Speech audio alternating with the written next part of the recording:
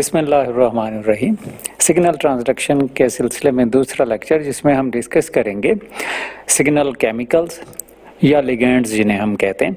तो लिगेंड्स को हम क्लासिफाई कर लेते हैं depending upon the distance between signalling cells and target cells कि कितनी एक दूसरे से दूर प्रेजेंट है। तो इस बिना पर ये हो सकते हैं ऑटोक्राइन, पैराक्राइन और एंडोक्राइन।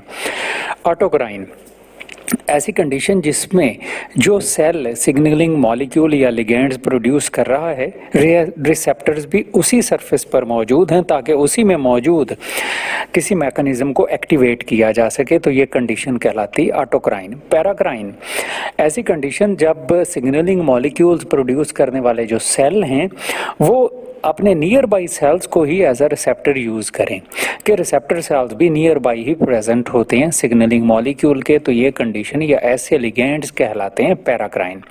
और एंडोक्राइन ऐसी कंडीशन जिसमें सिग्नलिंग सेल्स और टारगेट सेल्स एक दूसरे या रिसेप्टर सेल्स जो हैं वो एक दूसरे से बहुत दूर मौजूद हों। जैसे हमारे हार्मोन्स हैं, हार्मोन्स हमें पता है वो ग्लैंड से रिलीज होते हैं और कहीं दूर जाके इफेक्ट करते हैं। जैसे फॉलिकल स्टिमुलेटिंग हार्मोन हमारे पिट्यूटरी ग्लैंड से रिलीज होता है जबकि उसके रिसेप्टर सेल्स जो हैं वो ओवरी में प्रेजेंट होते हैं।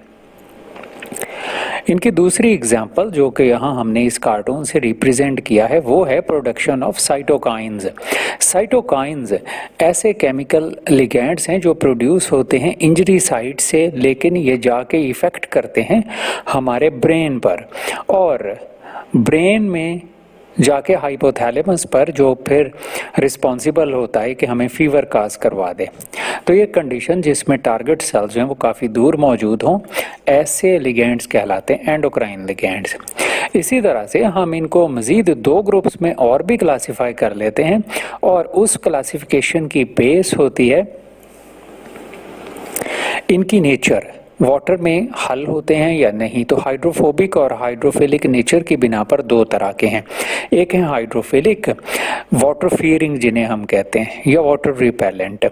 तो ये फिर साइटोसोल में या एक्स्ट्रा सेल्यूलर प्रेजेंट होते हैं। पानी में जब हल नहीं हो पाते तो ज़ाहिर है फिर हमारी मेम्ब्रेन को भी क्रॉस नहीं कर पाते, या मेम्ब्रेन को अगर ये क्रॉस नहीं कर पाते तो फिर इनके लिए प्रेजेंट होती हैं स्पेशल कैरियर प्रोटीन्स।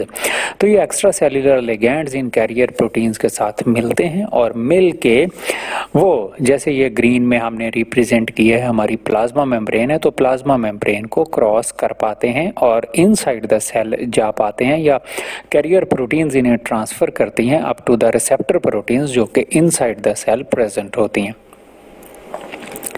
ऐसे ही हाइड्रोफिलिक या वाटर लविंग ऐसे लिगेंड्स हैं जो वाटर में स्टे करते हैं। तो एक्स्ट्रा सेल्यूलर स्पेस में जब ये प्रेजेंट हों तो सेल की सरफेस पर मौजूद जो रिसेप्टर हैं, तो ऐसे रिसेप्टर हैं जिन्हें हम कहते हैं ट्रांस मेम्ब्रेन प्रोटीन्स।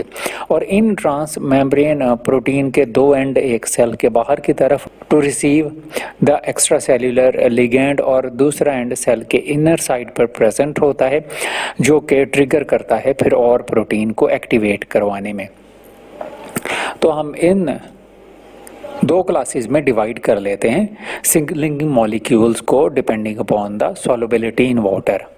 तो ये हमने क्लासीफाई किए लिगेंड्स और सिग्नलिंग मॉलिक्यूल्स। नेक्स्ट हम डिस्कस करेंगे इंशाल्लाह टाइप्स ऑफ रिसेप्टर्स।